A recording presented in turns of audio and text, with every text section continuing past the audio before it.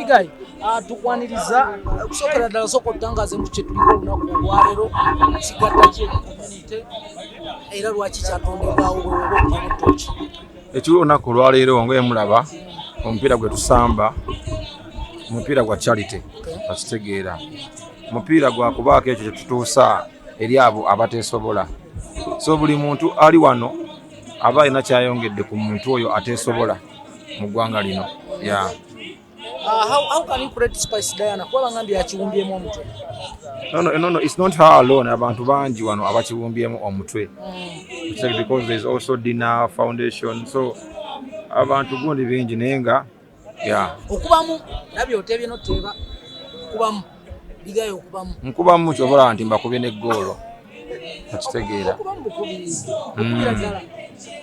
nkuba ate era nkubira ddala byonna mbikola gwe kyoyaga naye nga nkubira ddala kubola yemba kubye n'eggoolo yaman togere ku interview omukulu yajja netuyitamu yamala otuyitamu n'atugamba takyali mu levo za kamiliyoni za bebeku bigayi bwoba okuba mu ttooki omusajja oyo wazirwire good statement ani yagambye ki takyali mu levo za kamiliyoni takyali mu levo za bebe bwaba yagambye ayinza okuba ye bwawulira gweosobola omulanyakulu ekyo bwaba kyawulira kintu kikyawulira ebyebigisiri bikyaliwo byebitya like that is batugambanga nti bebe kuluka miliyoni ne Bobi Wine bikyaliwo nze bwe nawulidde bwebweni yagambye kuba tiyadde nga tiyadde selfish yagambye mutagala ku limiting music industry ku bantu basatu bokka okitegeera so ng'alaga nti nno enzigule ku buli artist okitegedde okuba nga stretchinga okubaako watuuka so kati ye yakulaze era yabuuza nti lwaki mukimuteekamu lwaleero tubaddeko n'omukulu Jacob Omutuuze owulidde n'obusungu naye bannaa kiki ng'onyize waawo kati goddidde enjovu ogitadde ku kamyo katugola bimakinga ebintu byogedde ani kamyo eyo statement te existinga definitely Jacob bwatugambye bwabagambye yes ye alabika bwalowooza naye njagala mugambe nti statement ye te existinga eyo statement tekwatagana ani njovu ani kamyo ekole naawe kati gwe twala nno zigido kamyo kamyo naawe leka naawe Big Eye Eddy Kenzo oyo muleete buleeswala mukube 1-2 kiki ogamba bato ebyaddala ku kisaawe nemwewusa lwakuba nti nkosezza 1-2 naye oba waawo naye muteeka like I'm not saying nti oba biki because ebyo byabawagizi be balina okusaba sinze nina okusaba okitegeera naye nga wonna wajjira oba jjiddemu ango ki oba mu ango ki Big Eddy Kenzo sobola omukuba mu buwagizi bato abawagizi bange bakimanyi nze ensinga so kale gweosobola obba wakanya nti si nze ensinga amaanyi go galiwa ogamba nti osobola okuba Eddy Kenzo mu music wange sebe wakabi n'abawagizi bange bakimanyi nti ndi wakabi promota kikosobola okukowoola abeeyimbemu sijja kowoola nze sikowoola nze buli kyenkola abawagizi bakinsaba okitegeera era nabo be balina okusaba promota gwe baagala oba ki naye nga kijje ku nze gwambuzizza naye kugamba singa babeera nga basabye ate nga kyekigaana ku ttaka naawe tombuulira ebyo naye nga tugende ku kirala kuba tekakitegeera nako nga bakabuzizza naye nakayise kuba akasajja kange nakayise nkabuulire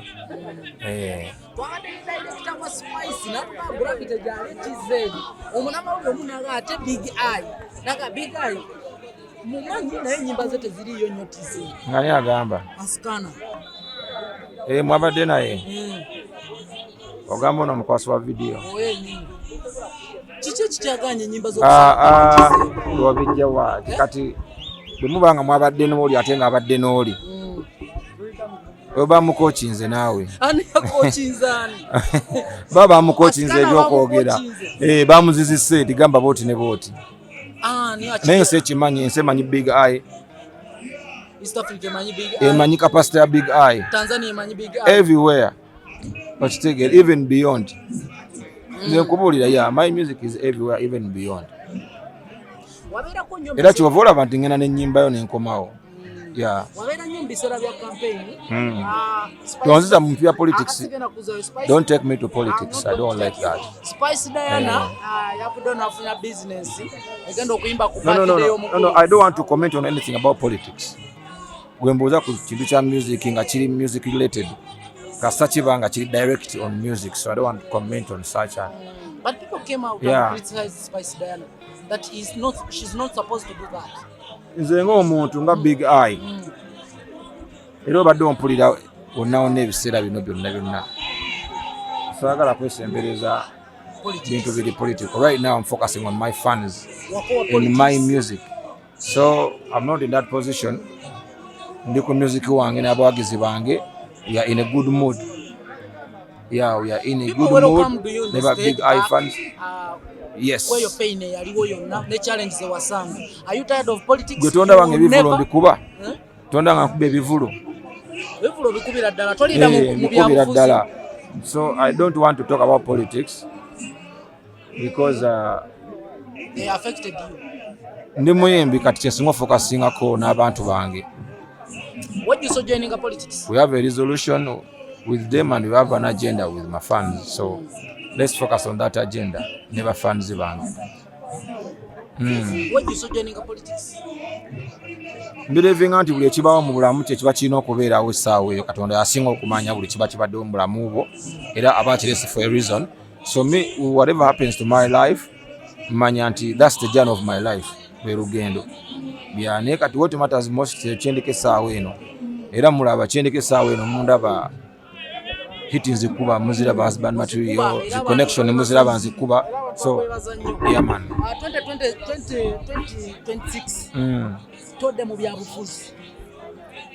Saagala nti kati right now ndaba nti okipikana nnyo. So I want you to stop it. Yeah. Akitegeera kiveeko tugende ku topic endala. Ebibuuzo abantu balina bingi baagala okumbuuza eyo. Abantu banjagala nnyo kimanyi. People are supporting me so much.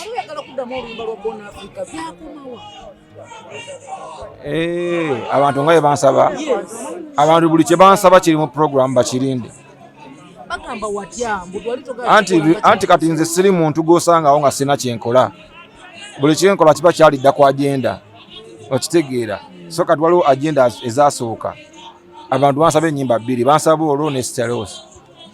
So byonna nabagamba let them be patient. Nze kasita abantu bansaba sibalimba. Era ntuuka nemba ekyo kye bansaba. Yeah. Fresh Daddy yawanise. Omukulu King Michael yawanika. Palaso yawanika gwoli wadde. Nja kubagamba wenna abantu okuwanika show.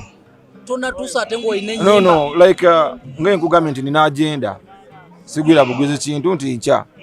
Yes, my fans are asking for it. Bamanja new show. Naye ngenda kubagamba nga time ekoze eki. Nga mazi like okusetinga ekyo kyensetinga. Yeah, era mulakati nkyaba kuba hit ku hit. Eno connection and husband material. So nkyabongera.